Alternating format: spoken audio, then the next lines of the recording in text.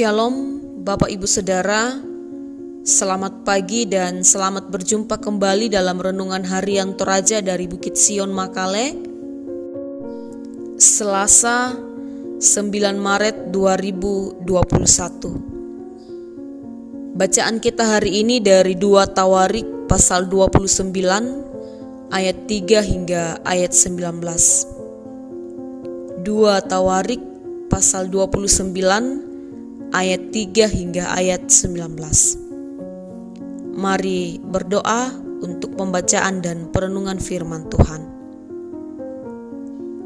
Ya Allah Tuhan kami, syukur kami naikkan kepadamu untuk berbagai bentuk berkat Tuhan yang boleh kami nikmati dari hari ke hari. Khususnya untuk hari ini, untuk nafas kehidupan, sukacita, semangat baru. Kami boleh bangun di pagi ini menikmati alam ciptaan-Mu, menghirup napas kehidupan daripadamu. Kami akan membaca dan merenungkan firman-Mu sebagai landasan kami dalam menjalani kehidupan anugerah Tuhan di sepanjang hari ini. Roh Kudus Tuhan kiranya yang memampukan kami agar boleh semakin mengerti, semakin memahami setiap maksud Tuhan dari firman-Mu yang akan kami baca dan renungkan. Pikiran kami, hati kami, tingkah laku kami boleh semakin serupa dengan Engkau. Dari hari ke hari, hidup kami semakin dibaharui oleh kebenaran firman-Mu. Dalam Kristus Yesus Tuhan kami berdoa. Amin. 2 Tawarik pasal 29 ayat 3 hingga ayat 29. 2 Tawarik pasal 29 ayat 3 hingga ayat 19. Hizkia menguduskan kembali rumah Tuhan. Pada tahun pertama pemerintahannya, dalam bulan yang pertama, ia membuka pintu-pintu rumah Tuhan dan memperbaikinya. Ia mendatangkan para imam dan orang-orang Lewi dan mengumpulkan mereka di halaman sebelah timur. Katanya kepada mereka, "Dengarlah, hai orang-orang Lewi, sekarang kuduskanlah dirimu dan kuduskanlah rumah Tuhan Allah nenek moyangmu. Keluarkanlah kecemaran dari tempat kudus, karena nenek moyang kita telah berubah setia. Mereka melakukan apa yang jahat di mata Tuhan. Allah kita telah meninggalkannya.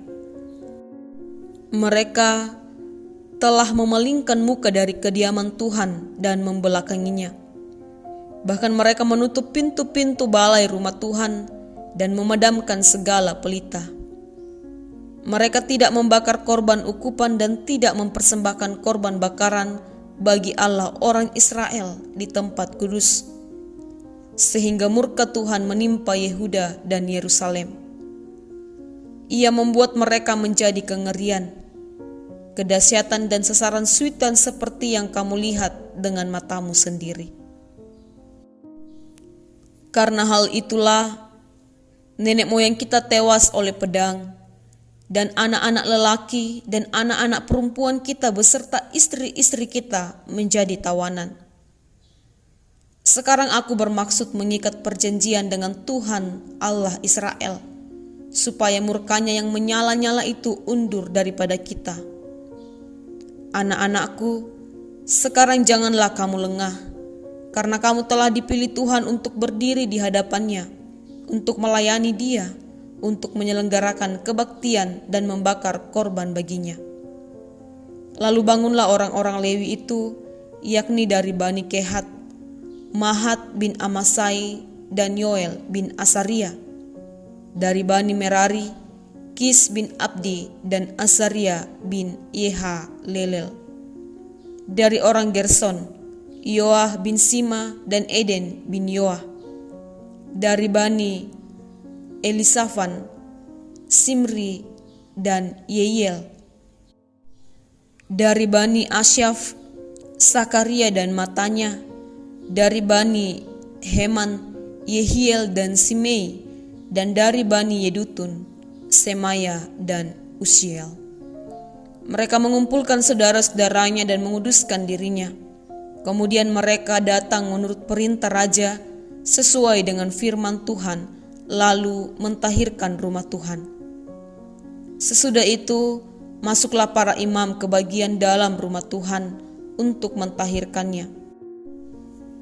Semua yang najis yang didapati mereka di dalam bait Tuhan dibawa ke pelataran rumah Tuhan. Orang-orang Lewi menerimanya untuk diangkut keluar ke lembah Kidron. Pekerjaan menguduskan itu dimulai pada tanggal 1 bulan yang pertama. Pada hari ke-8 bulan itu, mereka sampai ke balai rumah Tuhan dan menguduskan seluruh rumah Tuhan dalam 8 hari. Mereka selesai pada hari ke-16 bulan pertama. Lalu masuklah mereka menghadap Raja Hizkia dan berkata, "Kami telah mentahirkan seluruh rumah Tuhan, juga mezbah korban bakaran dengan segala perkakasnya, dan meja roti sajian dengan segala perkakasnya. Dan segala perkakas yang dibuang Raja Ahaz ketika ia berubah setia pada masa pemerintahannya, telah kami sediakan dan kami kuduskan. Sekarang semuanya itu ada di depan mezbah Tuhan." Amin, firman Tuhan. Hidup dalam kekudusan menjadi tema perenungan kita bersama pada saat ini. Hidup dalam kekudusan. Bapak Ibu Saudara, sepanjang minggu ini dalam lingkup pelayanan Gereja Toraja, kita merenungkan tema mengenai kekudusan. Masih jelas tema perenungan kita di hari Minggu kemarin, yaitu hukum yang menjaga kekudusan hidup. Dalam perikop bacaan kita hari ini juga berbicara mengenai kekudusan, khususnya terhadap bait Allah. Perikop ini tidak terlepas dari bacaan harian di hari kemarin tentang Salomo yang membangun bait Allah. Sangat jelas di ayat 11 hingga ayat 13 di bacaan hari kemarin mengenai ketetapan Allah terhadap bangsa Israel akan ketaatan dan kesetiaan terhadap perintah Allah. Tetapi dalam perjalanan sejarah, ketika bangkit raja-raja yang memerintah Israel setelah Salomo, sebagian besar dari raja tersebut melakukan apa yang jahat di mata Tuhan, hidup dengan tidak setia dan taat. Terlebih khusus bagaimana perilaku mereka dalam rumah Tuhan, bagaimana perilaku mereka terhadap bait Allah. Mereka hidup dengan tidak setia. Mereka hidup dengan melakukan apa yang jahat di mata Tuhan. Mereka hidup dengan tidak taat. Hidup dengan tidak menjaga kekudusan hidup. Hidup dengan tidak melakukan apa yang diperintahkan Tuhan. Seperti halnya Raja Ahab, Omri, Simri, Ela, Raja Abiam, dan Raja Ahaz yang disebutkan dalam pembacaan kita hari ini. Bahkan masih banyak raja-raja yang tidak taat kepada Allah. Kita dapat membacanya pada riwayat raja-raja Israel di kitab 1 Raja-Raja dan kitab 2 Raja-Raja. Masa di mana bangsa Israel dipimpin oleh raja yang tidak taat kepada Tuhan tentu berdampak pula pada kehidupan mereka yang tidak dipenuhi dengan damai sejahtera. Bangsa Israel tidak hidup kudus di hadapan Tuhan. Mereka tidak juga menjaga ketaatan dan kesetiaan terhadap perintah-perintah Tuhan, terhadap hukum-hukum Tuhan. Hal-hal ini berdampak pada kehidupan yang kacau. Bahkan dikatakan dalam pembacaan kita hari ini, hidup dengan kengerian, tewas dengan pedang, dan ditawan.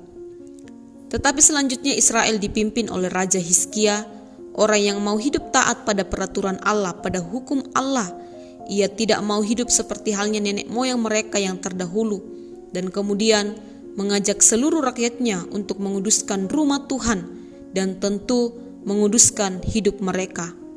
Di bawah pemerintahan Raja Hizkia, tentu kehidupan Israel tidak sama seperti pada pemerintahan raja-raja sebelumnya. Bapak Ibu Saudara, kita dapat melihat perbedaannya, bagaimana ketika kita hidup dalam hukum Tuhan dan hidup di luar hukum dan ketetapan Tuhan. tentu sangat jauh perbedaannya. Hidup dalam hukum Tuhan mendatangkan damai sejahtera. Dan hidup dalam hukum Tuhan juga berarti memberi diri untuk mau dibaharui oleh perintah Tuhan atau firman-Nya dari hari ke hari. Hidup dalam hukum Tuhan berarti mau hidup dalam kekudusan dan tidak mencemarkan diri pada kenajisan-kenajisan duniawi, serta segala hal yang tidak berkenan di hadapan Tuhan. Bapak Ibu Saudara, demikian halnya kita diharapkan menjaga kekudusan hidup. Melalui bacaan kita hari ini, kita pun diharapkan menjaga kekudusan rumah Tuhan.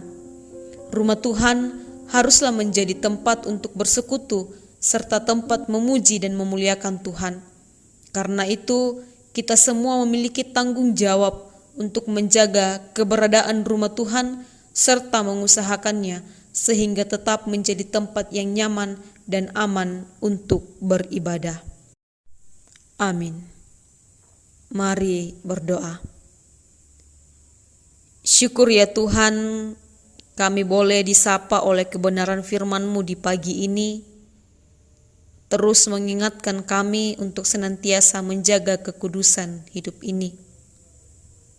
Kami mau taat terhadap apa yang Tuhan perintahkan, apa yang Tuhan titahkan bagi kami, melalui firman-Mu dan berbagai bentuk teguran yang Engkau nyatakan bagi hidup kami setiap harinya, agar semakin serupa dengan yang Engkau kehendaki.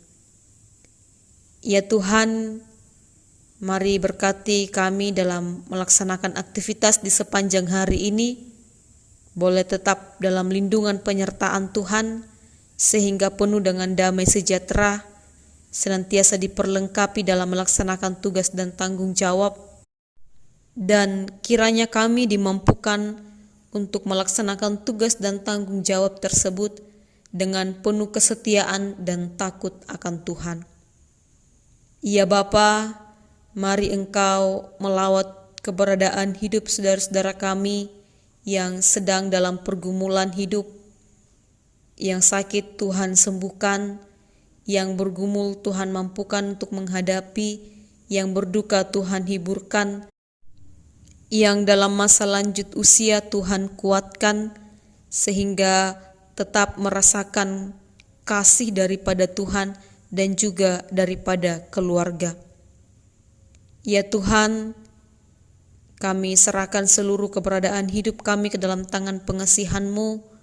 Tuhan kiranya yang senantiasa berotoritas di atasnya, memberkati melawat kehidupan keberadaan hidup kami di sepanjang hari ini.